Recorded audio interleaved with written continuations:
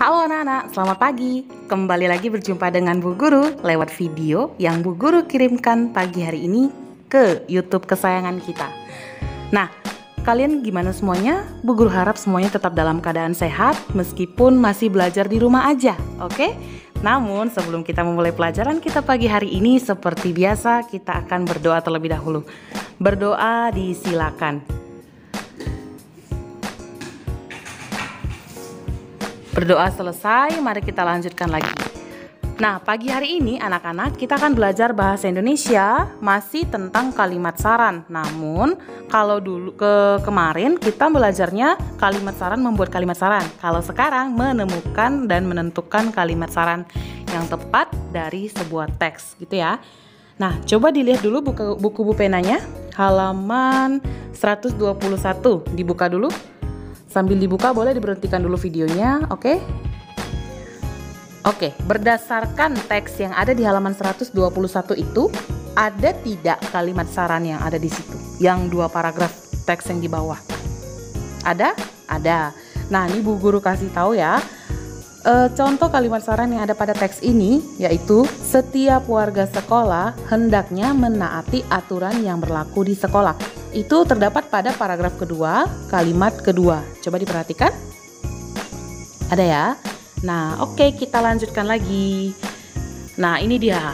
Menemukan kalimat saran dalam teks. Jadi yang kita lakukan barusan itu merupakan salah satu contoh menemukan kalimat saran dalam teks, gitu ya. Jadi ada teks yang berapa paragraf begitu, terus kita harus menemukan kalimat saran di dalamnya. Mudah kan? Kita tahu ciri-cirinya seperti ada menggunakan kata sebaiknya, seperti yang barusan ini hendaknya, kalau boleh, kalau bisa, gitu ya, atau seharusnya. Nah, itu contoh dari kalimat awalan kalimat saran. Ya, jadi kalau ada kata-kata yang Bu Guru sebutkan barusan itu, bisa dikatakan kalimat tersebut adalah kalimat saran, gitu ya.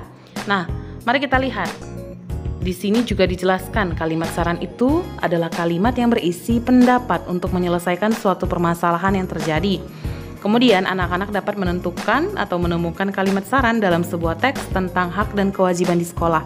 Nah, yang Bu Guru kasih tahu barusan tadi. Untuk menemukan kalimat yang berisi saran, anak-anak harus membaca terlebih dahulu seluruh bagian teks dengan seksama. Oh ya, jelas, karena kita diminta untuk menemukan kalimat saran dalam sebuah teks. Ya, kita harus membaca teks itu sampai habis, gitu ya. Selanjutnya ada menyusun kalimat saran berdasarkan teks tentang kewajiban dan hak di sekolah. Sebelum menyusun kalimat saran, anak-anak harus menemukan permasalahan yang terdapat pada teks tersebut. Ya, ada sebuah teks, tentu di dalam teks itu membahas sebuah hal. Nah, hal ini atau bisa kita katakan masalah harus kita temukan dulu dalam teks ini. Oke, yang kedua, setelah permasalahan kita temukan, maka kita dapat menentukan pendapat apa yang akan kita berikan untuk menyelesaikan masalah tersebut. Nah, pendapat di sini bisa juga dikatakan sebagai saran ya. Jadi bukan hanya berpendapat, tapi juga memberikan saran. Oke, kalimat saran dapat kita susun berdasarkan pendapat yang akan kita berikan tersebut. Nah, jadi tadi kita sudah memberikan pendapat, kemudian setelah itu kita bisa memberikan saran. Itu maksud dari kalimat yang ini. Kita lihat buku pena kita di halaman 126. Coba dilihat, ada teks yang berjudul Sekolah yang Bersih dan Sehat. Boleh diberhentikan dulu videonya sambil membuka buku pena. Oke? Nah, kalau misalnya sudah selesai didapat halamannya, coba dilihat itu ada teks 2 paragraf. Oke. Ada yang sudah bisa membuat kalimat saran tidak dari teks itu? Kalau belum, mari kita bahas bersama-sama ya. Nah, sekolah yang bersih dan sehat merupakan tempat yang baik untuk belajar. Oke, nah dari paragraf pertama, Bu Guru mau coba membuat kalimat saran. Sebagai warga sekolah yang baik, sebaiknya atau seharusnya saling menjaga kebersihan lingkungan sekolah sehingga siswa menjadi nyaman belajar. Nah, itu dari Bu Guru 1. Untuk yang paragraf kedua, ini banyak sekali karena di sini ada beberapa larangan. Jadi dari larangan-larangan ini bisa kita munculkan kalimat saran. Misal yang di bawah ini, menjadwal piket di setiap kelas, tidak membakar sampah namun menguburnya, larangan merokok di dalam lingkungan sekolah, dan ada tempat sampah di setiap kelas. Nah, ini bisa banyak sekali memunculkan kalimat saran. Misalnya, 1. Sebaiknya setiap siswa atau warga sekolah membuang sampah ke tempat sampah untuk menjaga kebersihan lingkungan sekolah. Itu contoh pertama. Nah, contoh yang kedua, sebaiknya tidak ada yang merokok di lingkungan sekolah. Oke. Lanjut lagi yang ketiga, ada di sini. Seharusnya sampah dikubur, bukan dibakar. Nah, itu juga bisa dikatakan kalimat saran. Banyak lagi contoh-contoh yang bisa kalian munculkan dari teks ini. Silakan anak-anak boleh dibuat lagi yang mana yang cocok, oke? Nah, selanjutnya ada menyatakan kalimat saran secara lisan. Untuk menyampaikan saran kepada orang lain, kita perlu mengetahui kalimat yang menunjukkan adanya masalah terlebih dahulu. Yang kedua, kalimat saran ditulis dengan bahasa yang sopan agar tidak menyinggung perasaan lawan bicaranya.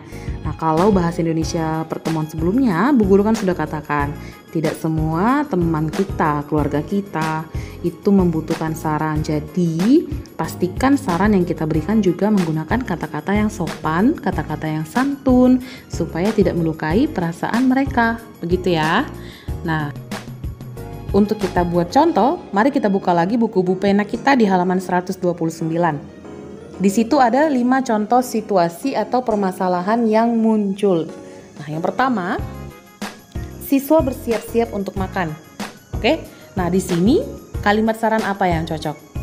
Banyak sebenarnya, salah satunya, sebaiknya sebelum makan, siswa mencuci tangan untuk menjaga kebersihan. Boleh, atau yang bersifat reality. Boleh kita katakan sebaiknya sebelum makan siswa berdoa terlebih dahulu. Boleh, silakan. Nah, untuk situasi yang kedua, banyak sampah berserakan di kantin sekolah. Kalimat sarannya apa? Ada yang tahu? Oke, sebaiknya siswa membuang sampah pada tempat sampah. Atau siswa sebaiknya menjaga kebersihan kantin sekolah, gitu ya. Untuk yang ketiga, tidak ada tempat sampah di kantin sekolah sehingga sampah berserakan. Nah, kalimat sarannya apa? Hendaknya sekolah menyediakan tempat sampah di kantin supaya sampah tidak berserakan. Yang keempat, air keran di wastafel tidak menyala sehingga siswa tidak mencuci tangan sebelum makan. Nah, kalimat sarannya, sebaiknya kantin menyediakan wastafel yang ada kerannya, sehingga siswa bisa mencuci tangan sebelum makan. Nah, yang kelima, makanan yang dijual di kantin dihinggapi lalat. Nah, ini juga sarannya bisa nih.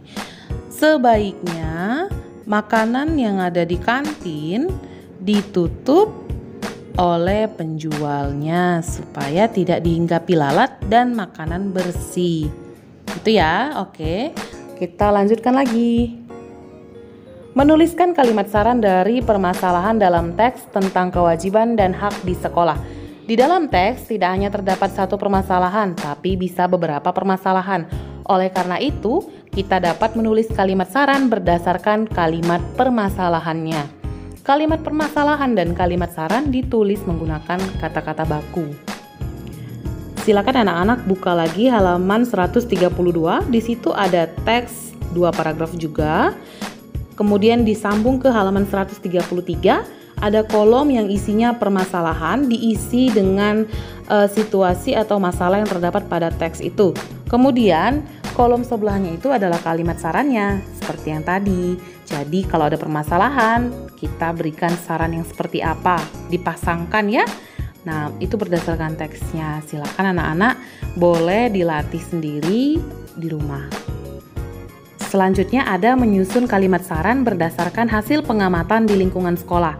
Nah, karena sekarang ini masih pandemi, jadi anak-anak boleh menyaksikan hasil pengamatan di lingkungan tempat tinggal.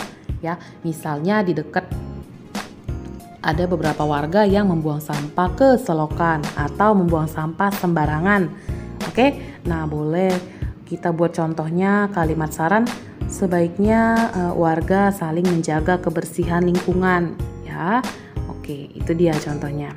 Atau banyak permasalahan lain yang terjadi di lingkungan tempat tinggal kalian ya. Karena kan kita nggak ke sekolah, jadi kita belum bisa langsung mengamati bagaimana kehidupan di sekolah sekarang ini, gitu ya. Nah, dan jangan lupa kalimat saran yang kita buat tadi itu fungsinya untuk menyelesaikan masalah yang ada. Jadi saran itu bersifat baik, bersifat membangun, tidak hanya menyuruh saja ya, harus bersifat baik. Oke? Nah, ternyata pelajaran kita sudah selesai sampai di sini. Bu Guru harap kalian tetap semangat belajar meskipun belajar dari rumah.